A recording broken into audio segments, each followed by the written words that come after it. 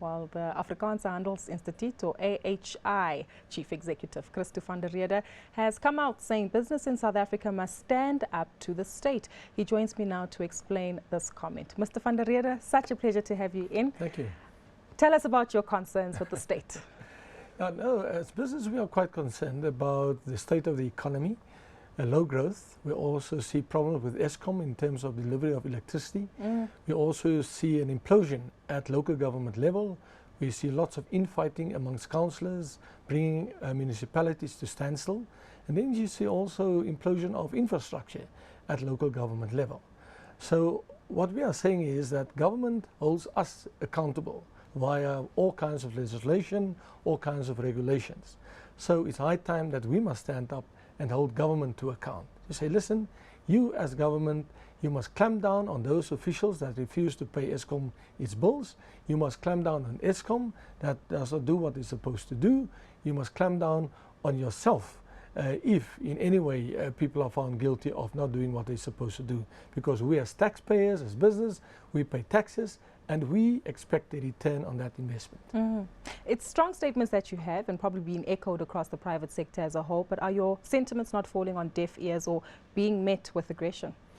You know what, we are living in a constitutional democracy, and I've said yesterday in the paper, we're not a fascist state.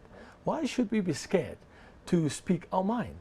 Because we are not trying to undermine the constitution. We are not trying to undermine political parties. No, but if there's no electricity, it impacts on business. It impacts on job creation. It impacts on social conditions on the ground. And what we see more and more, people getting frustrated. They're climbing down each other's throats. And you see more and more communities going to the streets and protesting. So that's an indication of low morale due to economic factors. And you need economic growth to address the economic challenges in this country and also the social challenges. And government has an instrumental role. Its role is to create conducive circumstances for business. And what we are saying, that those circumstances are no longer conducive to do business. We had a spokesperson or special advisor to the Minister of Mining and Resources earlier on in the show today, basically on the back of the MPRDA Act being sent back to Parliament. Is this something that maybe as the private sector that you are impressed with or happy with, given the fact that they've heard the private sector's outcry and now it's being reviewed? No, certainly, but they must be consistent. We see a number of other legislation that are not really driving or is not good for business. And you know what? It also contradicts the National Development Plan. The National Development Plan was embraced by government. All state departments and ministers were told, listen, you must go and implement the National Development Plan.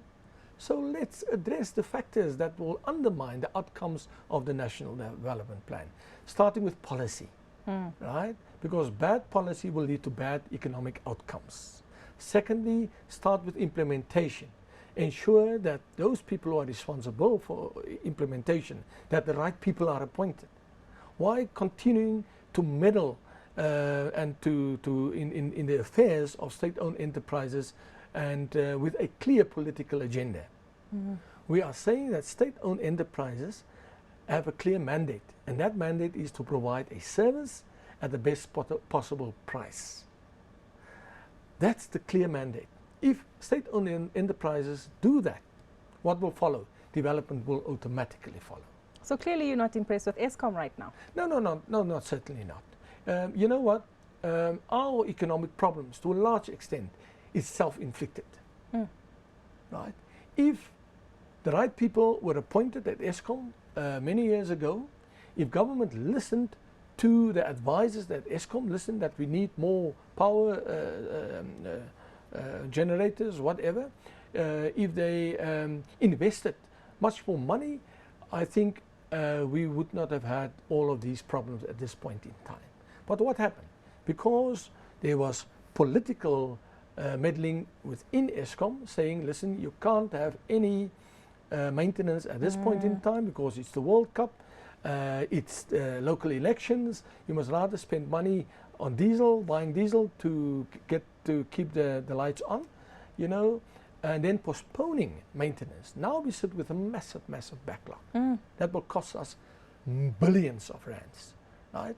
And don't think that a little bit of money that government has provided to 20 billion, that will go very far. Remember, we spent, within a couple of months, we spent 10 billion just on diesel. Exactly. Right?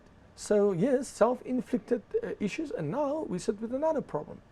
Those new generated Kusile plant and Medupi plant, those plants will only come online hopefully in June. Exactly. And towards the end of the year. Christo, I just want to get your closing points. Hopefully someone representing government is listening and will respond to your call. But what happens now? We've had organizations like NEDLAC, some say it's just a talk shop.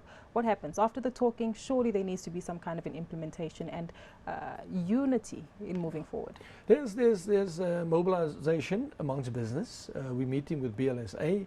The AHI will have its own energy in Indaba, and we will come up with very clear support measures to assist government. Remember, we're not anti-government. We're not anti the democracy. My goodness, we are there to make a difference. And remember, we not interested in the type of unbridled capitalism that South Africa used to know. We want to see a new order of capitalism. But to bring about a new order of capitalism which is inclusive, which close the gap between rich and poor, we need government to play its part. Fluit your stories uit. Meneer van der Rheede, thank you so much for your time.